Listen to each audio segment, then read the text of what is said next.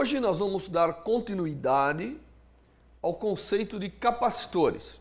Como nós vimos na última aula, um capacitor é um conjunto de condutores carregados com cargas iguais e opostas, e existe uma relação entre a diferença de potencial entre esses condutores e a carga que foi colocada. E essa relação, evidentemente, depende da geometria, depende do espaçamento entre os condutores e é denominada de capacitância.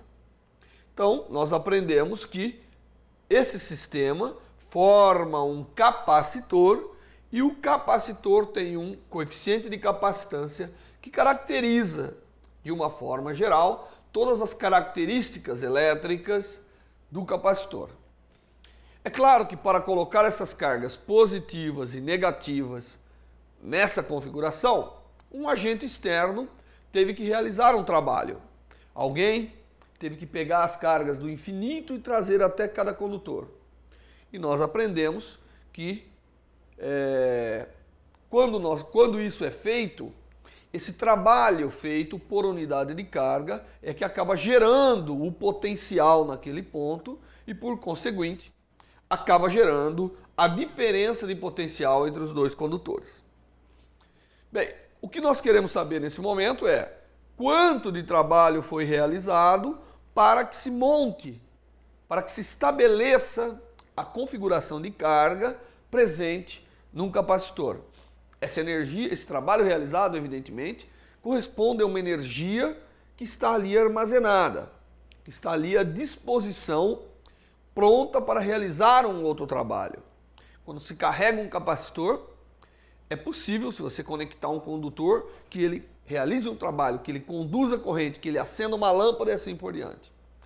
Isso porque ele tem ali dentro uma certa quantidade de energia acumulada, e é esse o nosso primeiro objetivo na aula de hoje, é calcular qual é essa energia acumulada.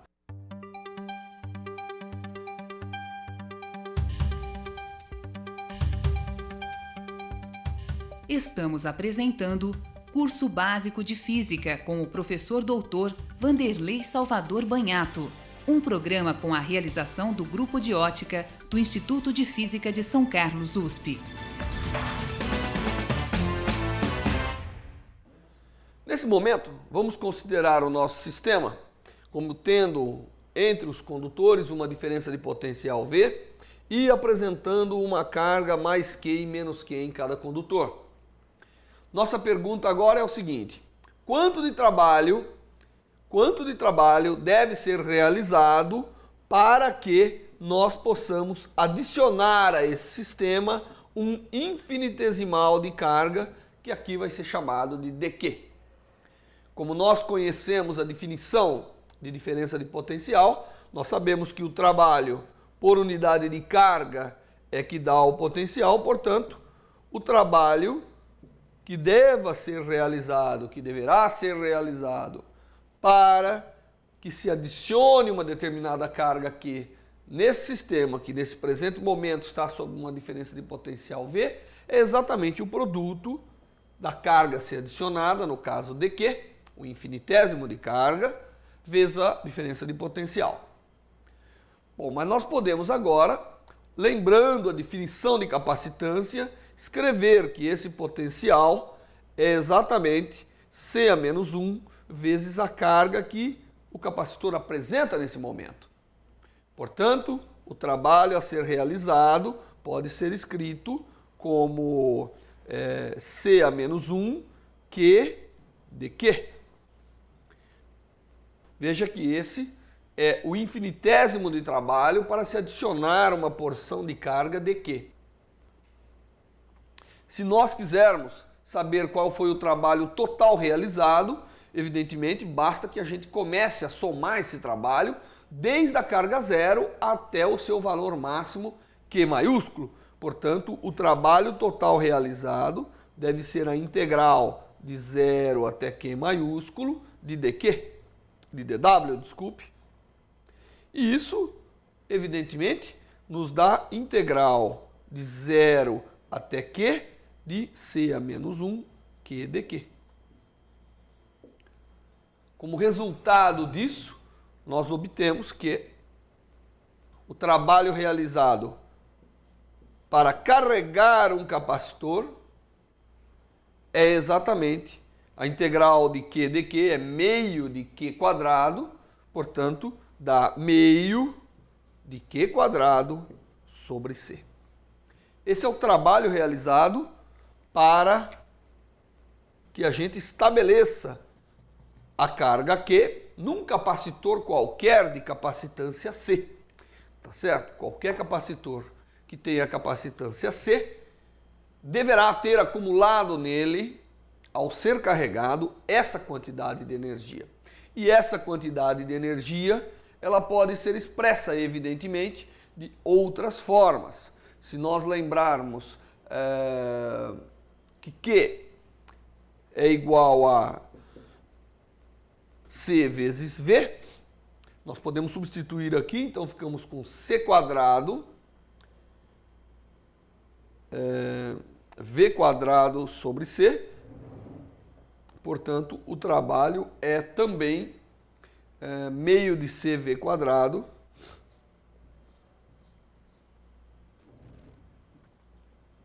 certo?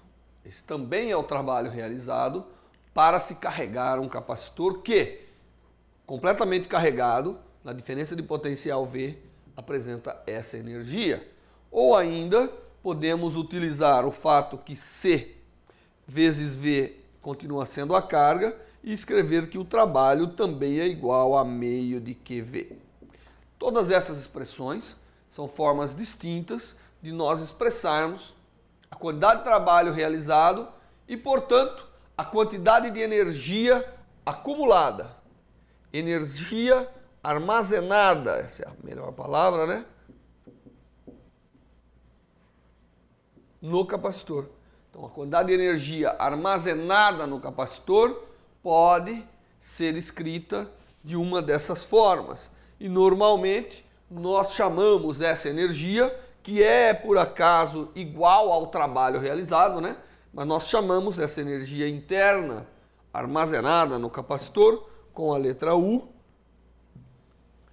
E temos, então, essas várias expressões para manifestar esta quantidade de energia armazenada no capacitor.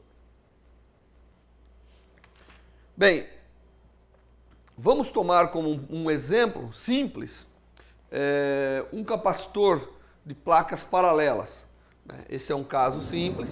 Nós temos um capacitor um exemplo simples. Vamos tomar como exemplo um capacitor de placas paralelas, onde as placas têm uma certa área A, espaçadas de uma distância D, tá certo? Então, nós sabemos que aqui nós temos uma capacitância já calculada anteriormente, que vale 1 sobre 4π vezes a constante elétrica K, vezes a área do capacitor, dividido pela distância entre as placas. E vamos agora calcular qual é a quantidade de energia quando isso aqui estiver submetido a uma diferença de potencial V entre os seus terminais, não é? Estabelece-se uma carga Q, a relação entre a carga Q e a diferença de potencial V é a capacitância. Portanto, nós podemos escrever que a energia acumulada nesse capacitor vai ser exatamente igual a meio de Q vezes V, tá certo? Ou meio de Q quadrado sobre C, ou meio de CV quadrado. Nós podemos, em princípio, escolher qual dessas relações nós queremos utilizar. Então, de volta ao nosso exemplo, nós temos que a energia interna é meio de CV quadrado, que é igual a meio, né? É igual a meio de 1 sobre 4πk, onde K é a constante elétrica, vezes A sobre D, vezes V quadrado. Eu vou multiplicar e dividir por D, então aqui vai aparecer um D aqui, vai aparecer um D quadrado aqui. Como nós sabemos que o potencial é o campo, é a integral de linha do campo né, desse ponto a esse ponto, portanto o potencial é o campo vezes D. Então no lugar do potencial nós podemos colocar campo elétrico, que é o campo elétrico estabelecido nesse capacitor, vezes D ao quadrado. Portanto, nós obtemos que meio de 1 sobre 4 πk vezes A vezes D vezes E quadrado, porque no lugar de V quadrado sobre D quadrado aparece E quadrado. Essa é a energia em termos do campo elétrico. Tá certo? Mas AD é o volume do capacitor, é o volume ocupado pelo campo. Com isso, nós tiramos uma expressão interessante, que vale, apesar de ser deduzida para o capacitor plano, ela vale sempre de que, dada um campo elétrico no espaço, que aqui no caso nós resolvemos para um capacitor plano, né? Um capacitor de placas paralelas, mas os que a gente encontra, que a energia ali acumulada é exatamente igual a meio de 1 sobre 4 π vezes a constante elétrica, vezes o campo elétrico ao quadrado, vezes AD, e AD é o volume, então nós podemos dividir pelo volume para obter que a densidade de energia, que é a energia por volume contida no capacitor, é meio de 1 sobre 4 πk vezes o campo elétrico que está ali no interior do capacitor ao quadrado. Essa é uma expressão importante e ela, na verdade, vale não somente para capacitores, tá certo? Mas ela vale sempre que a gente tiver numa região do espaço um determinado campo elétrico. A densidade de energia contida naquele campo é dado por essa expressão, portanto é proporcional ao campo ao quadrado. Isso é um resultado importante que, evidentemente, nós vamos ver mais adiante para utilização em radiação e assim por diante.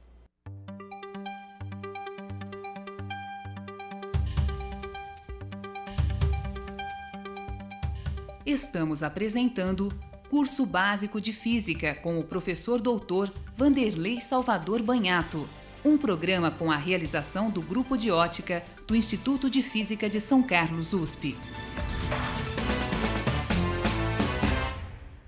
Então veja, a capacitância, né? Um capacitor estabelece, através das suas cargas, um campo elétrico. E esse campo elétrico é que, na verdade, contém energia e que pode realizar trabalho quando assim for permitido. Muito bem. Vamos então utilizar as expressões que nós calculamos para resolver alguns exemplos de interesse. Nós podemos utilizar esse conceito de energia que nós acabamos de deduzir para calcular uma grandeza interessante, que é a força de coesão, a força entre as placas de um capacitor de placa paralela. Na verdade, a maneira que a gente vai resolver o problema serve para você calcular a força entre qualquer capacitor, entre as partes condutoras de qualquer capacitor. Mas então vamos considerar aqui um capacitor de placas paralelas, condutoras, separadas por uma distância D, tendo uma área A, certo? Nós vimos que aqui dentro há uma certa quantidade de energia, né? Quando o capacitor é carregado, e nós aprendemos que a capacitância é 1 sobre 4 π vezes a constante elétrica, A sobre D. A pergunta agora é como que nós podemos calcular qual é a força, porque quando o capacitor está carregado, evidentemente existe uma carga positiva aqui, mais que, de uma negativa aqui distribuída, menos que. Portanto, essas cargas devem estar se atraindo mutuamente, não é? E, portanto, deve provocar uma força entre as placas do capacitor. E essa força é o que nós queremos determinar agora. qual deve ser essa força quando o capacitor tem uma determinada carga aqui. Nós aprendemos que quando esse capacitor tem uma determinada carga, existe aqui uma energia acumulada, e essa energia acumulada é exatamente meio da carga ao quadrado dividido pela capacitância. Isso nós aprendemos. Então, como utilizar esses conceitos para determinar essa força? Bem, primeiro vamos escrever essa energia, né, com a capacitância dada, 2π vezes K, quando eu substituir a capacitância, vezes Q quadrado sobre A, vezes a distância entre as placas, que aqui nós estamos chamando de D. Para que a gente consiga determinar a força, nós vamos fazer o seguinte, vamos imaginar que a distância D é repentinamente variada para uma distância D mais delta x. Então, D, o capacitor, vai ser levemente expandido, certo? Então, imagine que nós vamos tomar o capacitor e vamos fazer uma pequena expansão, e essa expansão tem um valor ΔX. Quando nós fazemos essa pequena separação, evidentemente, ela não acontece sozinha. Um agente externo tem que fazer uma força, e essa força feita pelo agente externo tem que pelo menos balancear a força feita pelas cargas, naturalmente provocando essa força de atração entre as placas do capacitor.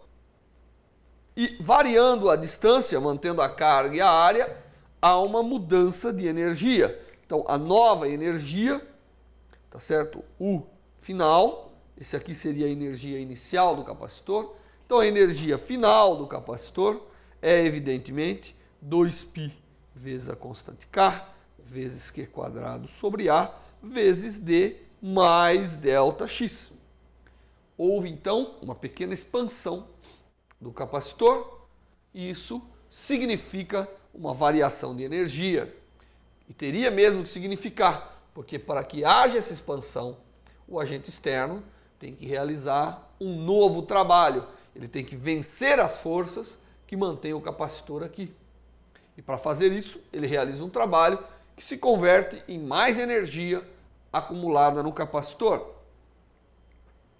A diferença de energia depois e antes, né, me dá quanto de trabalho foi realizado. Então, a quantidade de trabalho que foi realizado por essa força, que deve, se essa força se pelo menos se igualou à força elétrica, que é o que nós vamos considerar, né, que o capacitor foi expandido, e qual foi o trabalho que teve que ser realizado para vencer essas forças elétricas. Então, esse trabalho deve ser exatamente o produto da força pelo deslocamento provocado, né, como nós já aprendemos em mecânica. E ele deve também, pelo teorema de trabalho-energia, ser igual à variação da energia do capacitor. E a variação da energia do capacitor é exatamente a energia final menos a energia inicial do capacitor. Isso me dá como valor, basta subtrair essa expressão dessa, para que a gente obtenha 2πk, subtraindo só esse termo aqui resta, 2πk, Q quadrado sobre A, ΔX. Portanto, isso, que é igual ao trabalho, que é a força vezes ΔX, me permite determinar qual é a força exercida no capacitor, e a força, finalmente, exercida no capacitor, eliminando ΔX, é igual a 2π vezes K vezes Q quadrado sobre a área A do capacitor. Essa é a força que existe entre as placas de um capacitor, no caso um capacitor um capacitor de placas paralelas, né? Essa é a força de coesão que existe entre os condutores quando o capacitor tem uma carga Q, tá certo? Quando o capacitor está carregado com uma carga Q, essa é a força que procura aproximar. Portanto, para que o capacitor exista, é necessário que haja um suporte, que haja um material, alguma coisa, segurando, evitando o colapso das placas do capacitor, porque evidentemente haverá uma força procurando juntar as placas desse capacitor. Embora a gente tenha calculado para um capacitor de placas paralelas, isso vale para qualquer tipo de capacitor. Se nós tivermos aqui dois condutores quaisquer, que tenham uma certa carga, igual, né? E portanto que formem uma certa capacitância, para que eu consiga, conhecendo a capacitância, para determinar a força de atração entre essas partes condutoras que formam o capacitor, basta que eu faça um deslocamento em um dos condutores e verifique qual é a variação de energia que foi necessária para realizar essa variação geométrica. Uma vez conhecida, ela é evidentemente o trabalho feito porque ela representa a energia adicionada ao sistema e através disso nós podemos calcular qual é a força entre os condutores num sistema de capacitância qualquer. Essa força, evidentemente, vai depender da capacitância e que, por sua vez, depende da geometria de todos os demais fatores que são envolvidos no problema.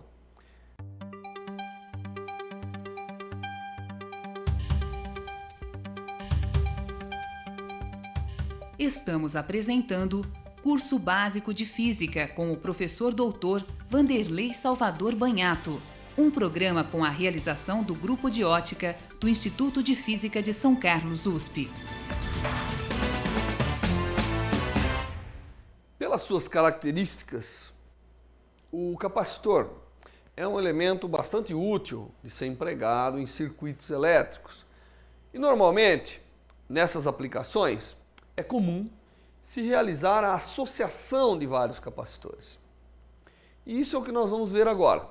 Como que nós podemos associar os vários capacitores? E quando se associa vários capacitores, é importante se saber qual é a capacitância equivalente. Todo aquele conjunto de capacitores se comportam de uma determinada forma, se comportam como um capacitor equivalente. E normalmente é importante saber calcular essa capacitância equivalente.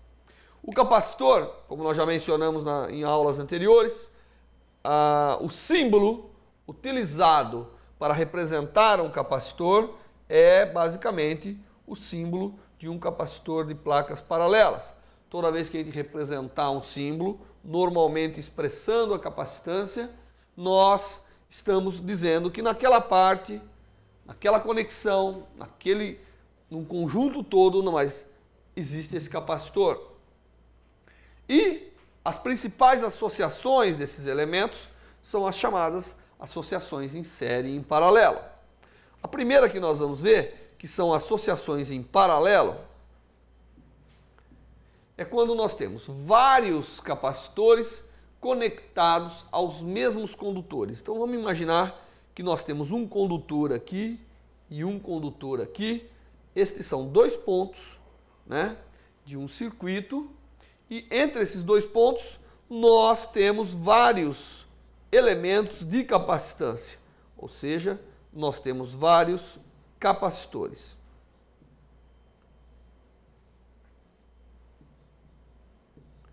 E assim por diante.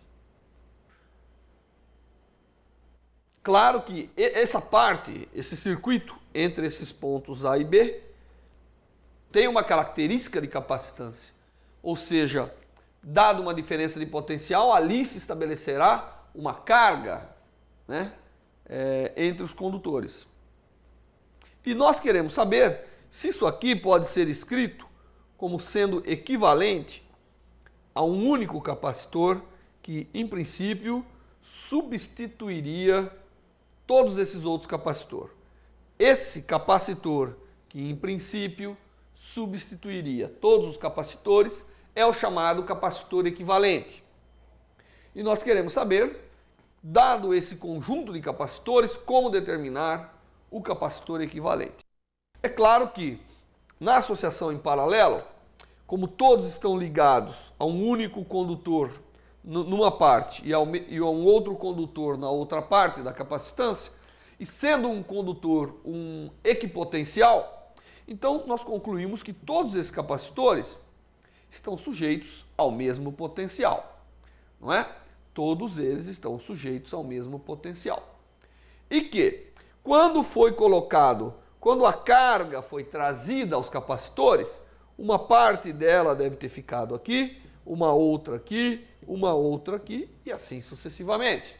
De tal maneira que a carga total que foi injetada nesse sistema para carregar os capacitores tem que necessariamente ser a soma de todas as cargas. Não é? Normalmente nós expressamos isso dizendo que a carga total é a somatória, né, de todos os elementos, de todas as cargas contidas no sistema. E como cada elemento está sujeito à mesma diferença de potencial, nós podemos agora, né, pegar esse sistema e escrever que a carga total nele presente é a somatória das cargas, mas cada carga individualmente é, na verdade, a sua capacitância vezes a diferença de potencial. Cada carga, para cada capacitor, vale a relação de que a carga é igual à capacitância vezes a diferença de potencial, e a diferença de potencial para todos eles é igual, portanto nós temos aqui CI/V. Ou seja, a carga total que ali se encontra é a somatória de todas as capacitâncias vezes o potencial. E a somatória de todas as capacitâncias é, evidentemente, equivalente a uma capacitância. Portanto, a capacitância equivalente é, nesse caso, a somatória de todas as capacitâncias presentes no sistema. É dessa forma que nós calculamos a chamada capacitância equivalente. Portanto, nesse sistema onde eu tenho vários capacitores em paralelo, eu posso substituir o efeito físico em termos elétricos, será equivalente a eu substituir tudo isso por uma única capacitância, cujo valor é a soma de todas as capacitâncias do meu sistema. Essa é a chamada configuração em paralelo.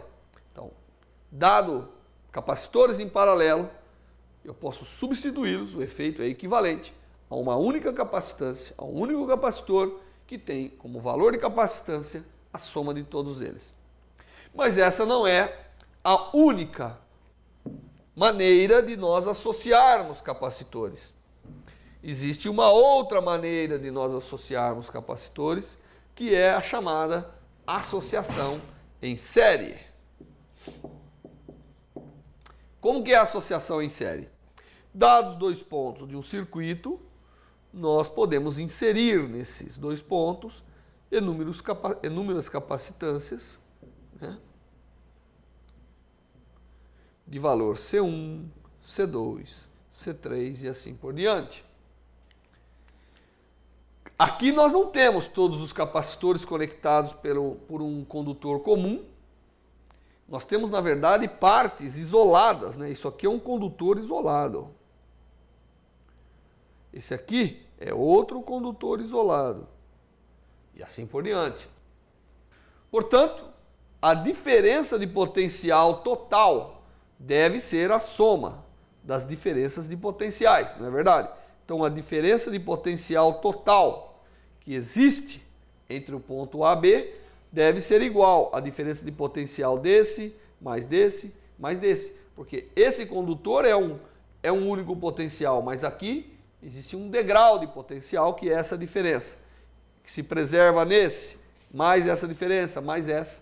Portanto, a diferença de potencial total é a soma das diferenças de potenciais em cada elemento. Por outro lado, se o capacitor estava inicialmente sem carga, quando a diferença de potencial vai se estabelecendo, quando esse sistema de capacitores vai se carregando, evidentemente, essa porção isolada do capacitor não pode adquirir carga. Então tem que começar com uma carga neutra e terminar com uma carga neutra. Ou seja, se aqui apareceu menos Q, aqui tem que aparecer mais Q. Mas como é um capacitor, aqui aparecendo menos Q, porque aqui apareceu mais Q. E aqui apareceu mais Q, então aqui é menos Q. Portanto, aqui também é mais Q, aqui é menos Q e assim por diante. Ou seja, todos os capacitores numa associação em série têm a mesma carga. Então, nós temos aqui a mesma carga em todos os capacitores. O resultado disso é que, como eu tenho a mesma carga, e se eu tomar essa expressão de que a diferença de potencial total vai ser a soma da diferença de potencial em cada elemento, não é? Como nós vimos, então eu vou ter que essa soma de potenciais pode ser escrita como sendo a soma, e o potencial de cada elemento é a carga dividido pela sua capacitância. Portanto, deve ser a carga dividido pela sua capacitância. E o potencial total? O potencial total pode também ser escrito como a carga dividido pela capacitância equivalente.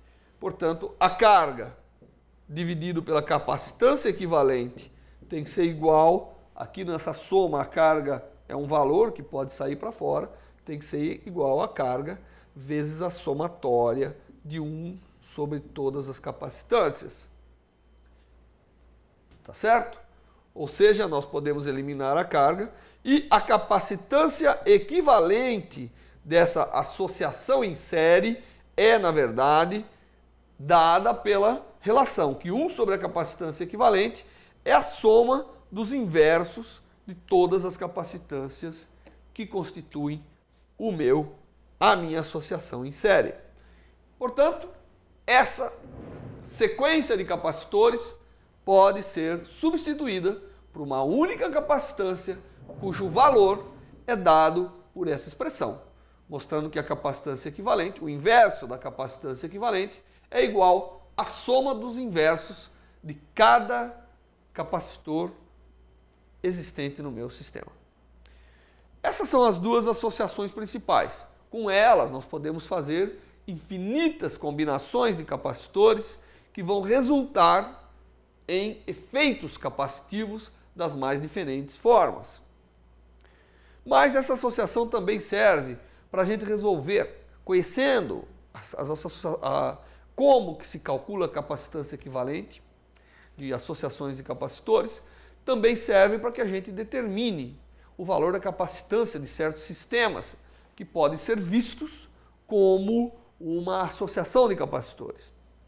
Vamos considerar um exemplo disso. O exemplo que nós queremos considerar é um capacitor de placas planas, mas não paralelas. Então vamos imaginar que nós temos aqui, não é, uma placa do capacitor e aqui outra placa do capacitor.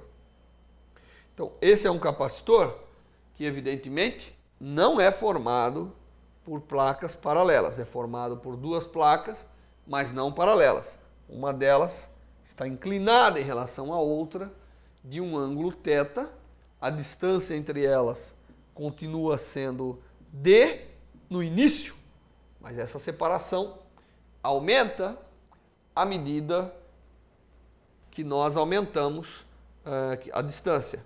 A área de cada placa continua sendo A e nós vamos lidar com θ pequeno. Então, trata-se do caso de uma pequena inclinação entre as placas de um capacitor que anteriormente era considerado como um capacitor de placas paralelas. Como nós vamos resolver esse problema? Bom, nós vamos resolver da seguinte maneira. Nós vamos fazer o seguinte, vamos imaginar uma pequena porção desta placa localizada a uma posição que eu vou chamar a posição X e tendo como tamanho, como espessura, um dx. Tá certo? Então, nós vamos imaginar que o capacitor ele é dividido em pequenas fatias, e aqui eu estou representando uma dessas fatias. Tá certo? Então, essa é uma das fatias. E essa fatia do capacitor, evidentemente, tem uma capacitância. E essa capacitância eu vou chamar de DC. É uma porção da capacitância total. Como eu estou tomando uma espessura infinitesimal, ela representa uma contribuição infinitesimal para a capacitância total. Vamos imaginar que a área A é, na verdade, isso aqui é uma superfície quadrada, nós vamos imaginar a placa como sendo uma superfície quadrada de lado A. Só para simplificar, isso poderia ser resolvido sem essa simplificação, mas vamos simplificar. Então, esse tamanho aqui total vale A, e nessa dimensão também vale A. Portanto, quanto vale a capacitância dessa pequena fatia que eu tomei? Bem, primeiro eu tenho que saber que a espessura desse capacitor que eu representei, ele vale D mais o quanto? É x tangente de θ, não é isso? Então ele vale D mais essa porção que é x tangente de θ. Lembre-se que x é o cateto adjacente, nós estamos procurando o cateto oposto. Portanto, o cateto adjacente vezes a tangente do ângulo me dá o cateto oposto. E aqui então eu tenho essa porção valendo x tangente de θ. Portanto, a minha capacitância, ela vale... Eu vou imaginar agora essa pequena fatia como um capacitor de placas paralelas, porque a inclinação é muito pequena, comparado com a separação, cuja separação entre as placas vale D mais x tangente de θ. Então, a capacitância vai ser 1 sobre 4π vezes K, vezes a área, e a área aqui no caso desse capacitor vai ser dx vezes A.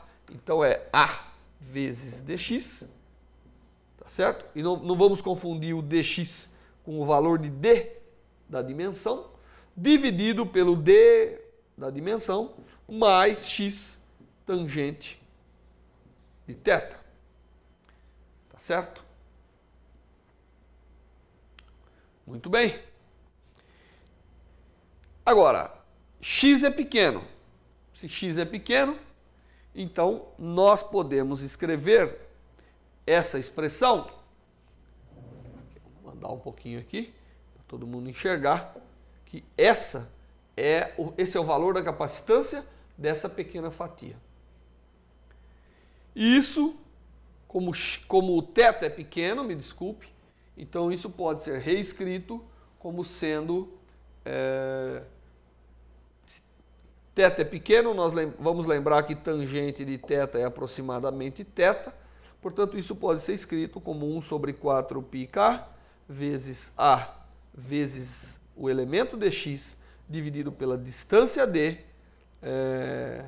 mais x θ. Certo?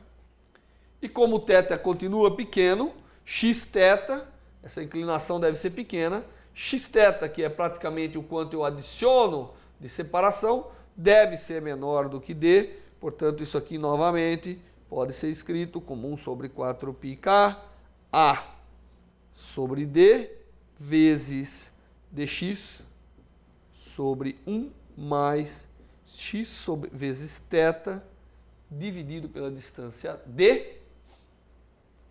E nós podemos agora reescrever isso aqui como sendo o quê? Isso aqui pode ser reescrito como θ é pequeno, 1 sobre 1 mais uma coisa pequena é exatamente, tá? Então nós podemos escrever que essa diferencial de capacitância, essa contribuição da capacitância é igual a 1 sobre 4π vezes a constante elétrica, vezes A sobre D, vezes o diferencial de x, dividido por 1 mais uma coisa pequena, e 1 mais uma coisa pequena pode ser escrito, eu vou escrevê-la primeiro, pode ser escrito como 1 menos essa coisa pequena, essa é uma expansão, né, daquela quantidade, vezes o diferencial de x. Claro que isso é aproximadamente igual. E aqui nós fizemos a expansão utilizando o fato que 1 mais uma coisa muito pequena é aproximadamente 1 menos essa coisa pequena. Essa chamada expansão de Taylor, né, para essa quantidade. Então nós usamos essa expressão matemática. Com isso, nós temos que a capacitância total, esse é um componente da capacitância. Mas note que se eu dividir esse capacitor em várias fatias, todas elas correspondem a capacitâncias associadas em paralelo. Por quê? Porque elas estão ligadas ao mesmo condutor. Cada capacitância dessa está ligada e o sistema tem em comum esses dois capacitores. Então isso é equivalente a ter um condutor, um condutor aqui, outro condutor aqui e várias capacitâncias de valores distintos, dependendo da posição x que eu me encontre, eu tenho um capacitor de valor diferente. E a cada posição, esse capacitor vale isso. Como nós aprendemos que capacitores em paralelo têm como capacitância equivalente a soma, a capacitância total desse sistema deve ser a soma de todas as capacitâncias. Bem, portanto, a capacitância total deve ser a soma. Como aqui eu tenho elementos infinitesimais, deve ser a integral de DC de 0 até A, onde A é uma das dimensões que nós associamos desde o início.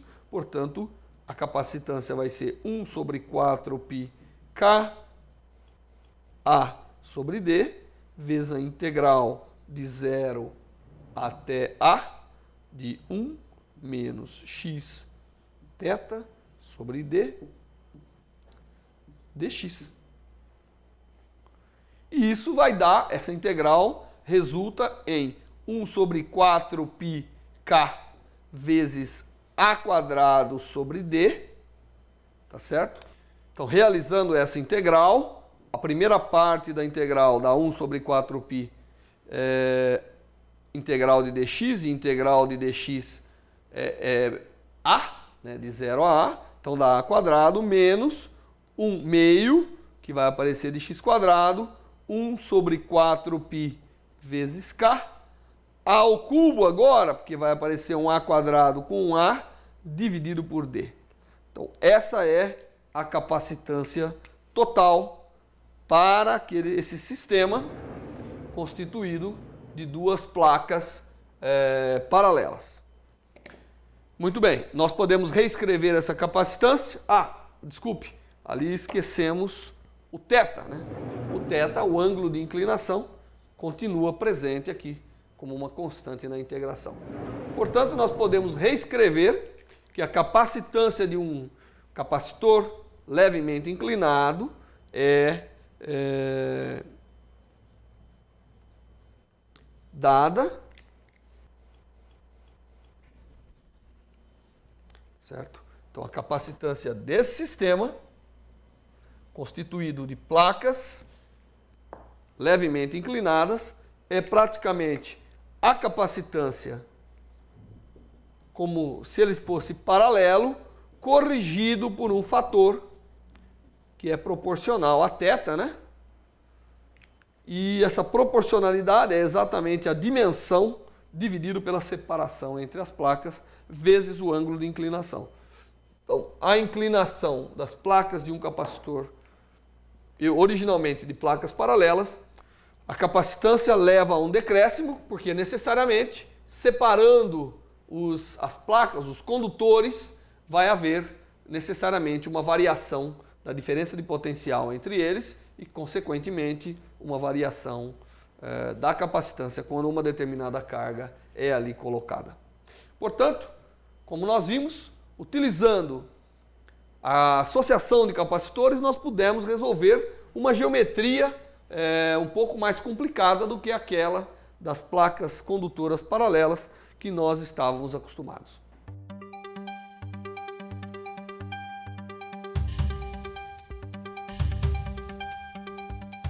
Estamos apresentando Curso Básico de Física com o professor doutor Vanderlei Salvador Banhato, um programa com a realização do Grupo de Ótica do Instituto de Física de São Carlos, USP. Até agora nós vimos sistemas de condutores que compostos formam capacitores e sempre entre os capacitores nós não preenchemos com nada, ali existia vácuo. O nosso melhor isolante é o vácuo. No entanto, em muitas aplicações se coloca ali matéria, embora a matéria que a gente vai colocar seja uma matéria não condutora, ela preenche o espaço entre os condutores e dá ao sistema características elétricas diferentes. Esses materiais que são não condutores compõem uma vasta quantidade de materiais classificados como dielétricos. E os dielétricos serão o nosso próximo tópico desse curso.